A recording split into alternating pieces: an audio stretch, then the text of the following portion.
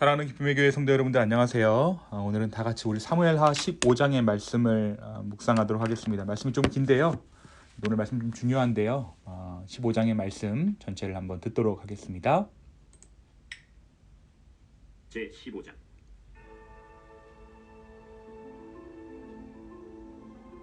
그 후에 압살롬이 자기를 위하여 병거와 말들을 준비하고 호위병 50명을 그 앞에 세우니라. 압살롬이 일찍이 일어나 성문 길 곁에 서서 어떤 사람이든지 송사가 있어 왕에게 재판을 청하러 올 때 그 사람을 불러 이르되, 너는 어느 성읍 사람이냐? 종은 이스라엘 아무 지파에 속하였나이다. 압살롬이 그에게 이르기를, 보라, 내일이 옳고 바르다마는 내 송사를 들을 사람을 왕께서 세우지 아니하셨다. 내가 이 땅에서 재판관이 되고 누구든지 송사나 재판할 일이 있어 내게로 오는 자에게 내가 정의 베풀기를 원하노라 하고 사람이 가까이 와서 그에게 절하려 하면 압살롬이 손을 펴서 그 사람을 붙들고 그에게 입을 맞추니 이스라엘 무리 중에 왕께 재판을 청하러 오는 자들마다 압살롬의 행함이 이와 같아서 이스라엘 사람의 마음을 압살롬이 훔치니라. 4년 만에 압살롬이 왕께 아뢰되, 내가 여호와께 소원한 것이 있사오니 청하건대 내가 헤브론에 가서 그 소원을 이루게 하소서. 당신의 종이 아람 구술에 있을 때에 소원하기를, 만일 여호와께서 반드시 나를 예루살렘으로 돌아가게 하시면 내가 여호와를 섬기리이다 하였나이다. 왕이 그에게 이르되, 평안히 가라. 하니 그가 일어나 헤브론으로 가니라. 이에 압살롬이 정탐을 이스라엘 모든 지파 가운데 두루 보내 이르기를, 너희는 나팔 소리를 듣거든 곧 말하기를, 압살롬이 헤브론에서 왕이 되었다 하니라. 그때 청함을 받은 200명이 압살롬과 함께 예루살렘에서부터 헤브론으로 내려갔으니 그들은 압살롬이 꾸민 그 모든 일을 알지 못하고 그저 따라가기만 한 사람들이라. 제사 드릴 때에 압살롬이 사람을 보내 다윗의 모사 길로 사람 아히도벨을 그의 성읍 길로에서 청하여 온지라. 반역하는 일이 커가매 압살롬에게로 돌아오는 백성이 많아지니라. 전령이 다윗에게 와서 말하되, 이스라엘의 인심이 다 압살롬에게로 돌아갔나이다. 다윗이 예루살렘에 함께 있는 그의 모든 신하들에게 이르되, 일어나 동나가자. 그렇지 아니하면 우리 중 한 사람도 압살롬에게서 피하지 못하리라. 빨리 가자. 두렵건대 그가 우리를 급히 따라와 우리를 해하고 칼날로 성읍을 칠까 하노라. 우리 주 왕께서 하고자 하시는 대로 우리가 행하리이다. 보소서, 당신의 종들이니이다. 왕이 나갈 때 그의 가족을 다 따르게 하고 후궁 10명을 왕이 남겨두어 왕궁을 지키게 하니라. 왕이 나가매 모든 백성이 다 따라서 벳메르하게 이르러 멈추었으니 그의 모든 신하들이 그의 곁으로 지나가고 모든 그렛 사람과 모든 블렛 사람과 및 왕을 따라 가드에서 온 모든 가드 사람 600명이 왕 앞으로 행진하니라. 그때 왕이 가드 사람 이때에게 이르되, 어찌하여 너도 우리와 함께 가느냐? 너는 쫓겨난 나그네이니 돌아가서 왕과 함께 내 곳에 있으라. 너는 어제 왔고 나는 정처 없이 가니 오늘 어찌 너를 우리와 함께 떠돌아다니게 하리요? 너도 돌아가고 내 동포들도 데려가라. 은혜와 진리가 너와 함께 있기를 원하노라. 이때가 왕께 대답하여 이르되, 여호와의 살아계심과 내 주 왕의 살아계심으로 맹세하옵나니 진실로 내 주 왕께서 어느 곳에 계시든지 사나 죽으나 종도 그곳에 있겠나이다. 앞서 건너가라. 하매 가드 사람 이때와 그의 수행자들과 그와 함께한 아이들이 다 건너가고 온 땅 사람이 큰 소리로 울며 모든 백성이 앞서 건너가매 왕도 기드론 시내를 건너가니 건너간 모든 백성이 광야 길로 향하니라. 보라, 사독과 그와 함께한 모든 레위 사람도 하나님의 언약궤를 메어다가 하나님의 궤를 내려놓고 아비아달도 올라와서 모든 백성이 성에서 나오기를 기다리도다. 왕이 사독에게 이르되, 보라, 하나님의 궤를 성읍으로 도로 메어 가라.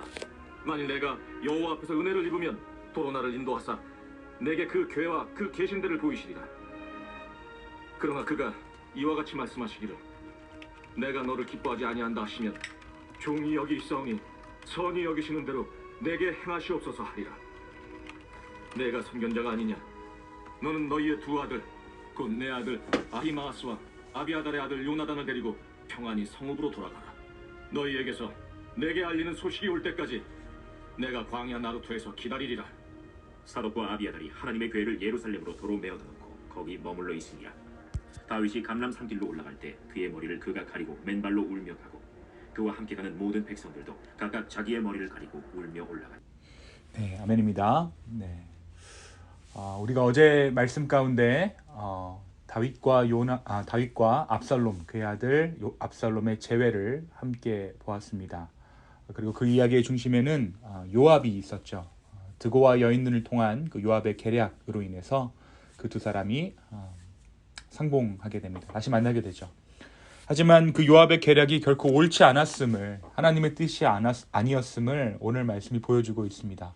바로 압살롬이 거대한 반역을 다윗에게 향하여 행하고 있는 것을 오늘 말씀이 확인시켜주고 있는 것입니다.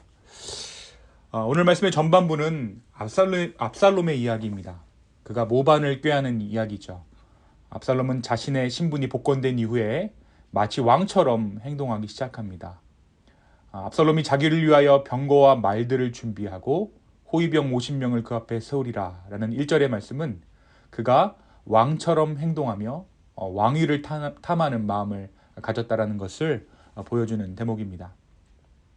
그러나 그는 자신이 이전에 저지른 죄 때문에 아버지 다윗이 자신을 왕으로 세우지 않으리라는 그런 생각을 하고 있었던 것 같습니다. 그래서 아버지가 물려주지 않는 자리를 스스로 차지하기로 마음먹었습니다. 그래서 모반의 계획을 세워서 차근차근 준비하였습니다. 아주 오랫동안 신중하게 그 모반의 계획들을 계획하고 진행하기에 이릅니다. 그는 민심을 자신에게 돌려야 자신이 왕이 될 수 있다 생각하여서 민심을 얻고자 했습니다. 그리고 왕을 모함하죠. 이스라엘 무리 중에 왕께 재판을 청하러 오는 자들마다 압살롬의 행함이 이와 같아서 이스라엘 사람의 마음을 압살롬이 훔치니라 라고 말씀이 기록하고 있습니다. 왕에게 재판을 청구하러 오는 사람들을 중간에 가로채서 사람들의 민심이 다윗에게서 자신에게로 돌아서게 한 것입니다. 왕이 재판관을 똑바로 세우지 않았다. 그리고 자신에게 인사를 하는 사람들에게 몸을 굽혀서 함께 인사를 하고 함께 울어주는 척 했던 것이죠. 그리고 또한 압살롬은 다윗의 신하들을 교묘히 자신의 편으로 끌어들였습니다. 그때 청함을 받은 200명이 압살롬과 함께 예루살렘으로부터 헤브론으로 내려갔으니 그들은 압살롬이 꾸민 그 모든 일을 알지 못하였고 그저 따라가기만 한 사람들이라. 11절의 말씀입니다. 그들은 압살롬 편이 되려 했던 것이 아니지만 압살롬은 그들의 의견을 묻지 않고 반강제적으로 자신의 편으로 만들었습니다. 오늘 말씀 12절 이후, 그러니까 후반부는 다윗의 이야기로 구성되어져 있습니다. 그가 압살롬의 아들이었던 압살롬의 모반으로, 배반으로 인해서 예루살렘 성에서 도피하는 이야기가 오늘 말씀 후반부 가운데 기록되어져 있어요. 이스라엘의 왕인 다윗이 하루아침에 도망자가 되었습니다. 그것도 아들 압살롬의 모반으로 인해 그렇게 되었습니다. 그러니 얼마나 비참하고 얼마나 정신이 없었겠습니까? 그런데 도피하며 다윗이 행하고 있는 모습을 보면 그가 참으로 하나님 앞에 올바로 행했다라는 것을 우리가 알 수 있습니다. 다윗이 도피하기 위하여 모든 짐을 싸서 성을 나올 때 제사장들은 재빨리 언약궤가 함께 갈 수 있도록 준비해서 먼저 나와 있었습니다. 그들이 다윗이 얼마나 언약궤를 사랑하는지 알고 있었기 때문입니다. 우리가 누차 얘기하겠지만 이 당시에 언약궤는 하나님의 임재를 상징하는 것을 넘어서 하나님의 임재 그 자체, 하나님의 현존하심에 가까웠습니다. 그래서 중요한 전쟁터에도 언약궤를 앞세워 가기도 했죠. 언약궤가 함께할 때 사람들도 더 든든해했습니다. 언약궤가 있을 때 왕의 정통성도 더 인정될 것입니다. 그런데 준비된 언약궤를 보고 다윗은 깜짝 놀라며 명령합니다. 도로 그것을 궤가 있던 곳으로 돌이켜 보내라는 명령이었습니다. 다시 예루살렘 성 안으로 언약궤를 메어가도록 명령했습니다. 왜 이렇게 했을까요? 하나님은 다윗의 하나님일 뿐 아니라 예루살렘 그리고 이스라엘의 하나님이었기 때문입니다. 언약궤는 이스라엘의 수도에 있어야 했기 때문입니다. 다윗이 이전에 언약궤를 예루살렘으로 옮긴 것은 자신을 위한 것이 아니라 이스라엘을 위한 것이라는 것을 여기에서 다시 한번 우리가 확인할 수 있습니다. 또한 압살롬이 자기의 힘으로, 자기의 말로, 자기의 모략으로 사람들을 사려고 했던 것과는 달리 다윗에게는 자발적으로 다윗에게 헌신하고 삶을 드리고자 하는 자들이 있었다는 것을 오늘 말씀이 다시 한번 확인하게 합니다. 어떻게 보면 대세가 압살롬에게 기울어져가고 하고 있는 이 상황에서 많은 사람들이 다윗에게 충정을 보이고 있는 것입니다. 하나님의 사람은 스스로 어떤 마음을 사는 것이 아니라 하나님께서 붙여주시는 사람이 있음을 우리가 알 수 있게 되는 대목입니다. 사랑하는 성도 여러분, 오늘 말씀은 우리에게 무엇을 말해주고 있을까요? 오늘 말씀은 두 인물, 압살롬과 다윗의 전혀 다른 삶의 모습 속에서 진정한 신앙인의 모습, 진정한 정말 하나님을 왕으로 인정하는 자들의 삶의 모습이 어떠한 것인가를 우리로 하여금 생각하게 합니다. 먼저 압살롬의 모습은 우리에게 은혜를 도적질하는 삶이 어떤 모양인가에 대해서 보여줍니다. 왕에게 가는 길목을 막고 스스로가 왕이 되어서 사람들 앞에서 공정함을 뽐내고 사람들의 마음을 사는 모습. 이 모습은 하나님께 가고자 하는 사람들의 길을 막고 믿을 만한 사람을 자처하며 왕을 소개하기는커녕 스스로의 신망을 얻으려는 우리의 모습을 보게 합니다. 사랑하는 성도 여러분, 저와 여러분의 사명이 무엇입니까? 우리는 왕을 소개하는 거예요. 복음이 무엇입니까? 왕을 소개하는 말입니다. 왕에게로 사람들을 인도하는 것이 우리의 사명입니다. 하지만 계속해서 사단은 우리에게 너희가 왕이 되라 라고 말합니다. 우리가 그렇게 유혹해요. 그러나 우리가 명심해야 할 것이 있습니다. 우리가 왕과 같은 지위를 얻는 방법은 스스로 왕이 되는 것이 아니라 그분이 우리를 높이시는 방법만이 우리가 진정한 권세를 가지고 이 땅을 살아가는 방법인 것입니다. 사단은 계속해서 너희가 왕이 되라 라고 속삭이지만 우리가 성령 가운데 우리의 마음을 지킬 때에 그분께서 우리를 높이신다라는 것이죠. 그분의 왕되심을 인정할 때 도리어 주님께서 우리를 왕과 같은 자리로 높여주신다라는 것입니다. 하나님의 우편에, 하나님의 좌편에 우리를 앉혀주신다라는 것이죠. 반면에 오늘 다윗이 보여준 모습은 어떻습니까?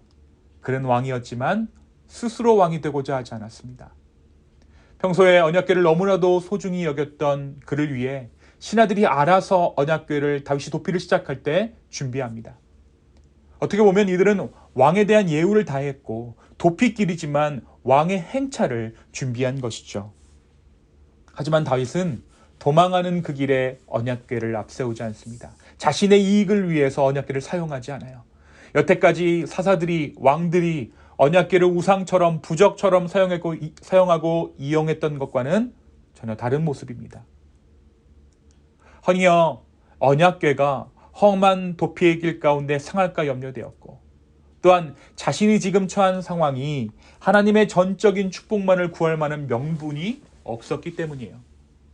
자신의 아들 압살롬의 반역은 다윗 스스로의 부족함에 의한 죄에 의한 것임을 인정했기에 다윗은 왕의 행차 대신 스스로가 도망자의 길을 택했던 것입니다.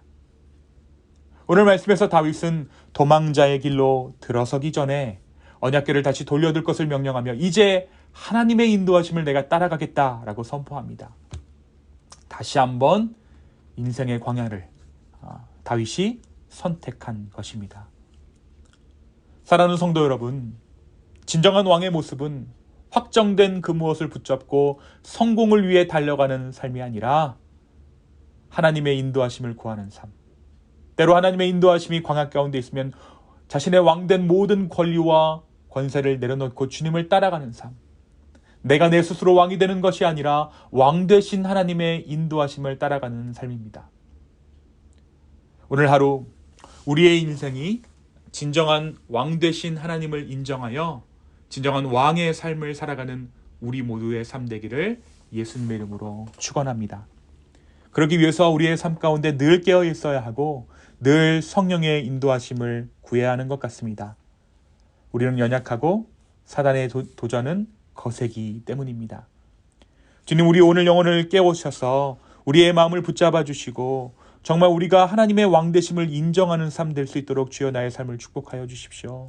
정말 나의 생각이 범죄하지 않도록 주여 인도하여 주시고 정말 온전히 주님만을 위하는 삶 될 수 있도록 오늘 이 하루의 삶을 축복해 달라고 간절히 기도하는 마음으로 이 하루 주 앞에 나아가겠습니다. 이 시간 함께 기도합니다. 주님, 오늘 다시 한번 주 앞에 우리의 삶을 드립니다. 주님, 우리를 인도하여 주십시오.